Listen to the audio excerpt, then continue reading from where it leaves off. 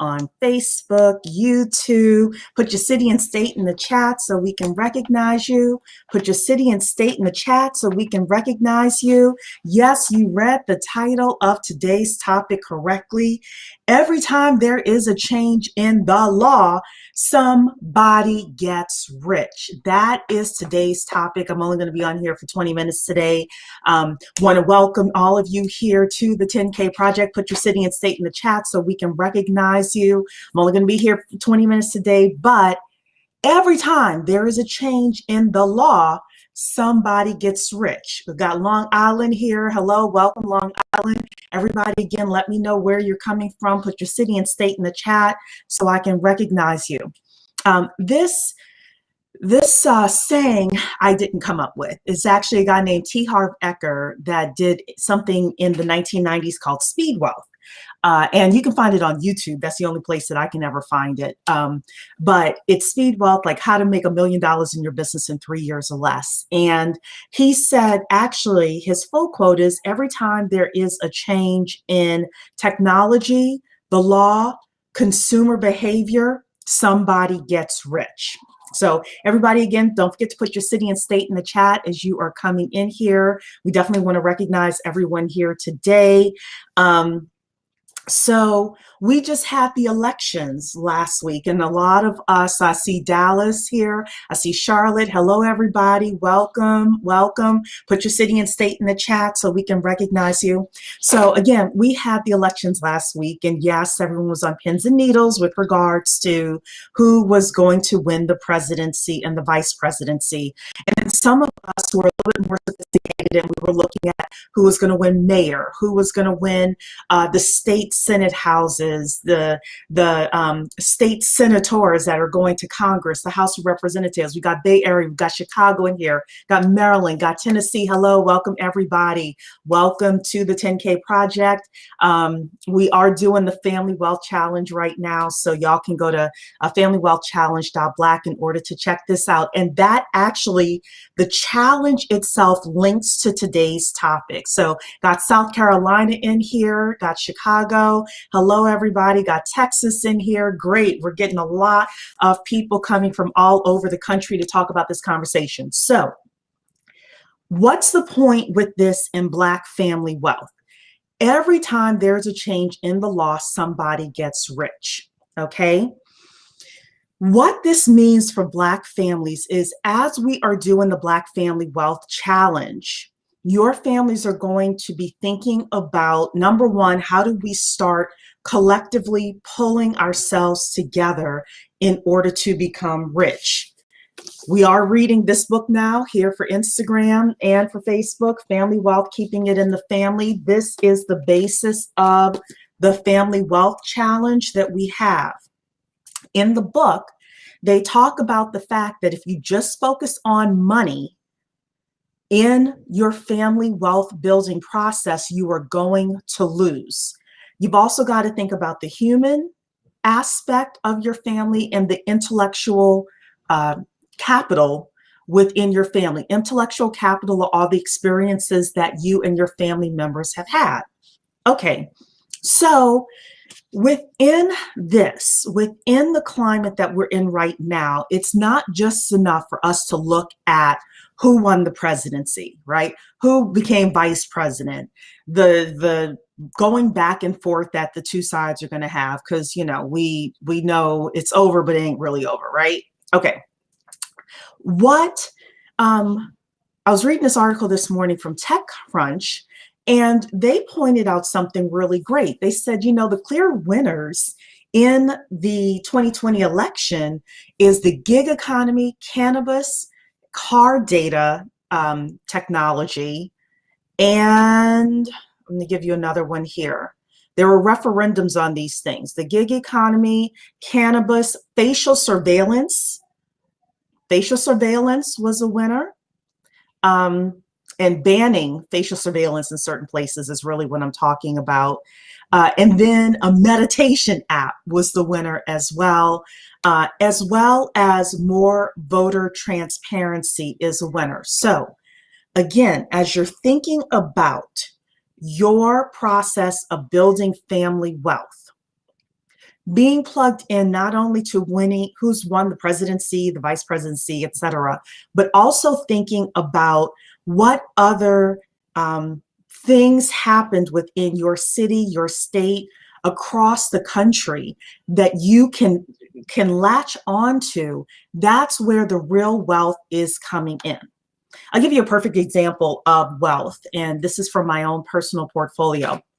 Um, a few years ago, I was talking to this guy and he was saying, Cherie, you need to invest in XYZ stock. And I said, why? And he said, because of the gaming industry. Now, I'm not a gamer. I don't know any real gamers like that, but he told me some things to look at. I looked at it and I got into that stock. That stock has gone up exponentially. And it's because you start seeing yourself following trends. So, within elections, we as a people, we as wealth builders have to start following the money. We have to start following the money. So the money is going into where? It's going into gig economy. California, which, a lot of people have been leaving California in mass. A lot of big companies have been leaving California in mass. They had something called Proposition 22 on their ballots, and it was specifically for Uber and Lyft. And they were trying to reclassify the drivers at Uber and Lyft to employees, which Uber and Lyft would have felt like, hey, this would be irreparable harm to our company. Not as many people would have as much opportunity, et cetera, et cetera. The voters shut that down. The voters said, no, we're going to protect the gig economy. That means, in my opinion, that there are going to be more of these gig economy sites and portals created. And they're probably going to be even more and more niche. For example, there's a guy named Jabril who has an app called Inclusion, and it's specifically for gig workers of color that are professional gig workers of color. And it's meant for people who want to find other Black and Latino people to go and be able to find that white collar level employee, or I shouldn't say employee, gig worker, that can do all sorts of things for him or her, right? Or for the company. The gig economy is going to win. So as you start thinking about the Family Wealth Challenge at familywellchallenge.black, as you start thinking about that, start thinking about joining, look at the trends. Yes, there are a lot of people out there that want wealthier people taxed, but this also shows that they want to protect companies that are providing jobs and providing gigs to other people. So the money is going to start flowing through companies like this. Not only Uber and Lyft, but through companies like Jabril's as well. That's called Inclusion. And the inclusion is with a Z, Incluzion.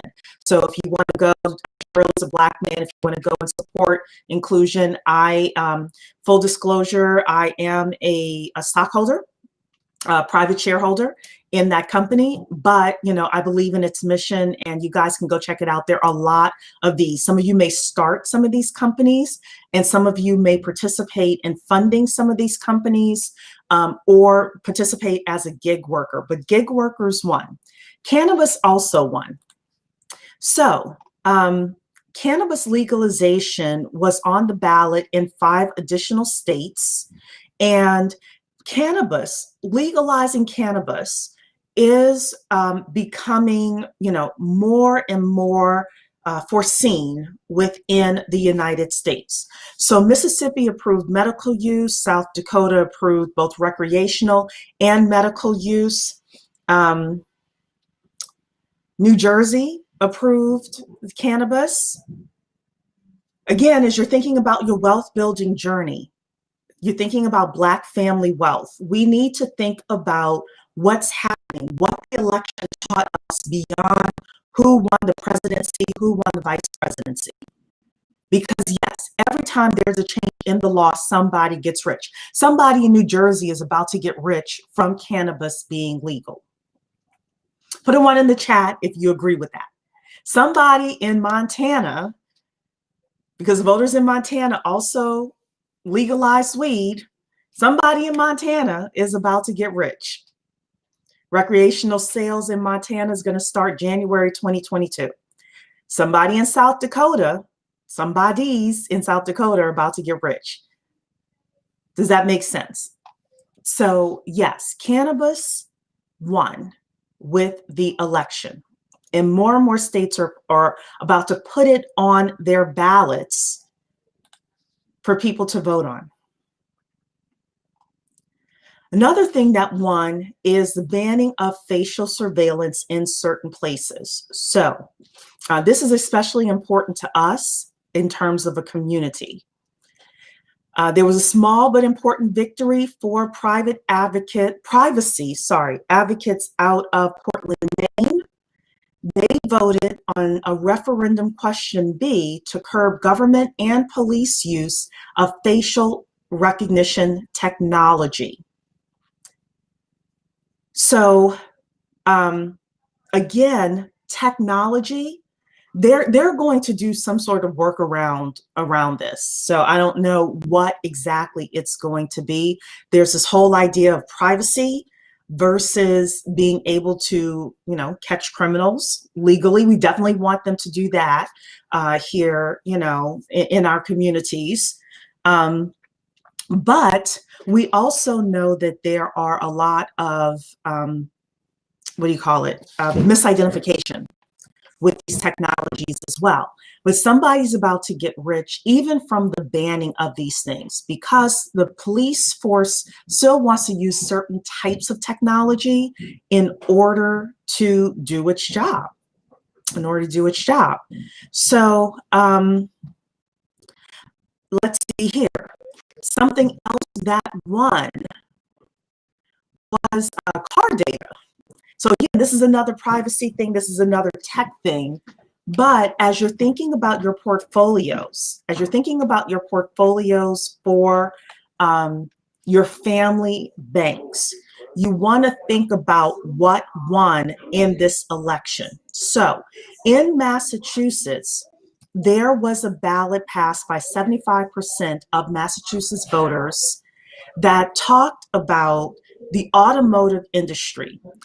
Historically, I don't know if you know this, historically, when you bought a car, the data that the car was collecting was not your data.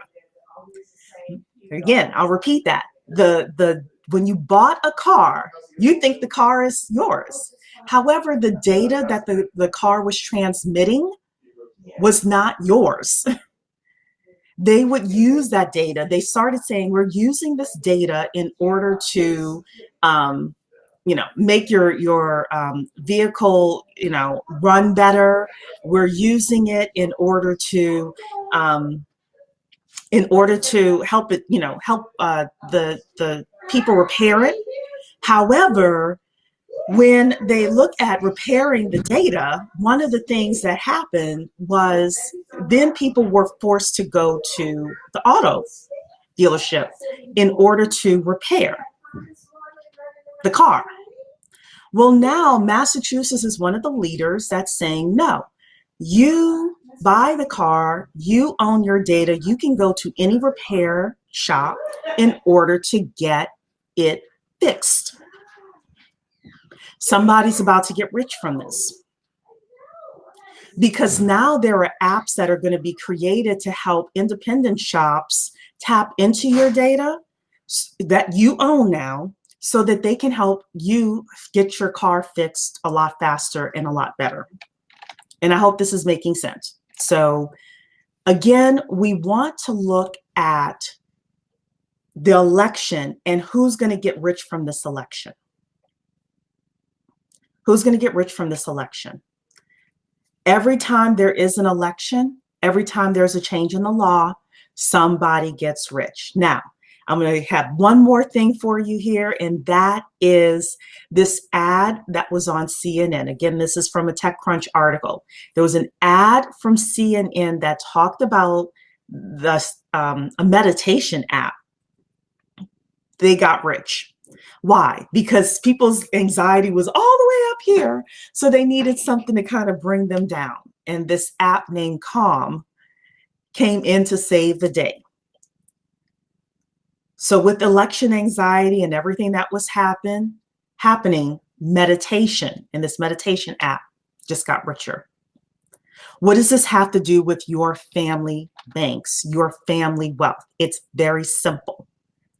We need to start as a people and as Black wealth builders, we need to take the blinders off from just thinking Biden, Harris.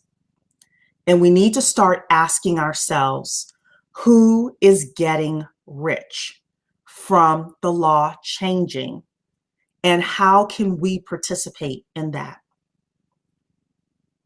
With the new administration coming in, there's going to be shifts in budget money on the federal level, the state levels, the county levels. Who's going to get rich from that? And why not you? So that's it. That's, FamilyWealthChallenge.black, FamilyWealthChallenge.black. It is all about us within the 10K project having a community of people to come together to say, hey, you know what? We want to figure out how we can tap into these industries as investors or as businesses. Because this is the truth. Somebody's going to get rich. I know I am. How about you? FamilyWealthChallenge.black, FamilyWealthChallenge.black. Tonight is our first discussion. Tonight at 8 p.m. Eastern Time, if there's still time to come in to FamilyWealthChallenge.black to be a part of the Family Wealth Challenge. It is essential for us as a people to not just consider Biden-Harris a victory. I don't care what part of the party lines you're on, or consider Biden-Harris as the end of the world. Look, we need to figure out how to make it either way. Either way, no matter what happens, right? And that's the whole point. That's the only thing I'm trying to get out there to the community. So I see Tamra out here saying, yes, makes perfect sense. I see Gina out here saying, I agree. Thank you. And I will tune in. Absolutely. Thank you so much, ladies. Thank you so much, everyone on Instagram, YouTube, Facebook, etc. I'm about to be out of here right now, but thank you so much. FamilyWealthChallenge.black, FamilyWealthChallenge.black.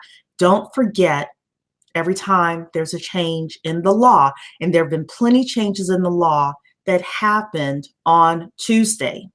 Every time there's a change in the law, somebody gets rich. All right, everybody, if you're part of the 10K project the 10K project, Family Wealth Challenge, then I'll see you tonight at 8 o'clock. Take care, everybody. Bye-bye.